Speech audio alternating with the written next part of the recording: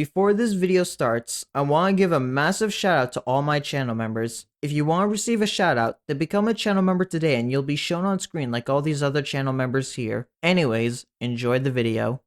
In version 15.4, we get to see the return of the Fate Stay Night collab, and along with it comes some brand new units. One of these being Shirou Emiya, and in this video, I want to go over what he's able to bring to the table and to see if it's enough to survive the hostile world of the Battle Cats. Before we start, like, comment, subscribe, the whole ordeal. The footage of Shirou is at level 40. To get us started, let's get a quick overview of his stats. At level 30, he sports 68,000 health and has a split multi-hit that in total deals 102,000 damage while sporting 8,000 base DPS.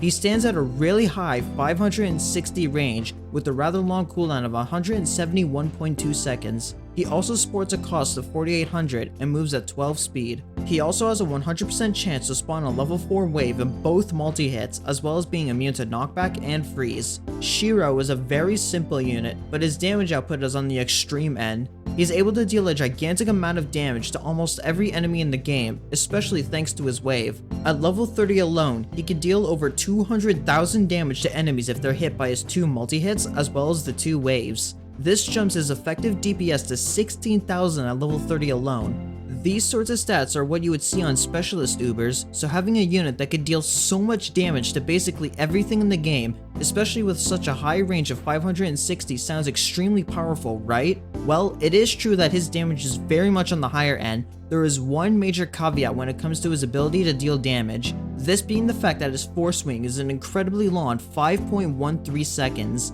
This extremely long force swing, as well as a lack of natural piercing like LD or Omni Strike, means that there are really only 2 reliable ways to get him to trigger his attack. The first is by luring enemies into his range. This allows you to gather a bunch of enemies within his large 560 range to get hit by him and take a bunch of damage. The second way is to use an enemy like Metal Hippo or any random bulky enemy like Laboyne variants to use as stepping stones for his waves.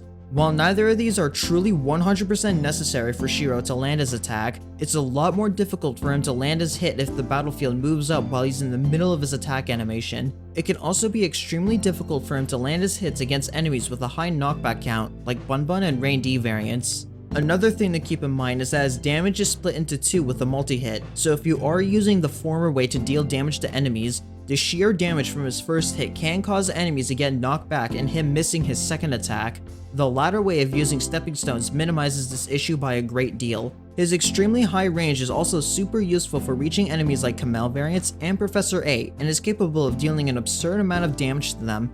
Even then, his wave extends to 933 range, so even if he can't directly reach these enemies, his waves allow him to still deal upwards of 100,000 damage to them, which is enough to chunk these enemies by a large amount. The closest unit that is like Shirou is Gundros, another Uber who has a really long force swing but has both high standing range and extreme damage output. Unlike Gundros, Shirou's extreme damage isn't limited to 2 traits, and has a force swing that's 2 seconds faster. Shirou also has extra piercing thanks to waves, allowing him to hit enemies that would normally be out of reach. Shirou's health pool isn't the worst thing in the world, as 68,000 health for a unit with this range is rather high.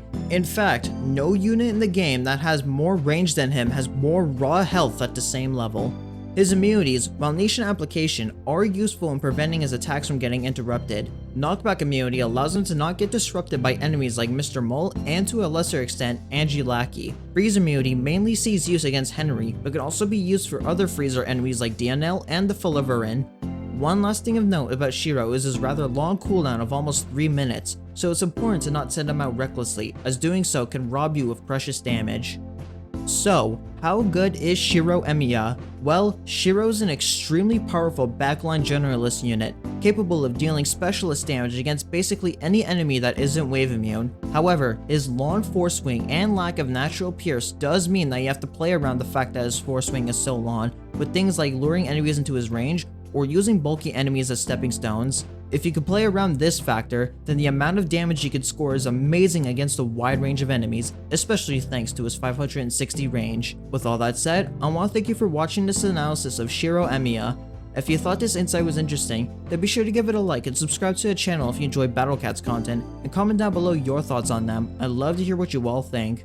Also, shout out to the following channel members: Dr. Deadly, Gamet, Virus Apero, Just a Shark, Gross Cat the Ultra, Potato King, King Wolf, Clamorous, Barely Grover, Jade Rabbit, Janet Gelterberg, Sensical Gaming, I May Be Dumb, I'm Too Few, Alex the Durex, Carlos Fabian, Puckberto, and Lasvos Slimecat for being silver members or higher. If you want to receive a shoutout like these channel members here, then become a silver member or higher today. Becoming a channel member supports what I do in a way that helps keep the lights on and allows me to continue making content for all of you to watch. Anyways, I hope you have a wonderful day.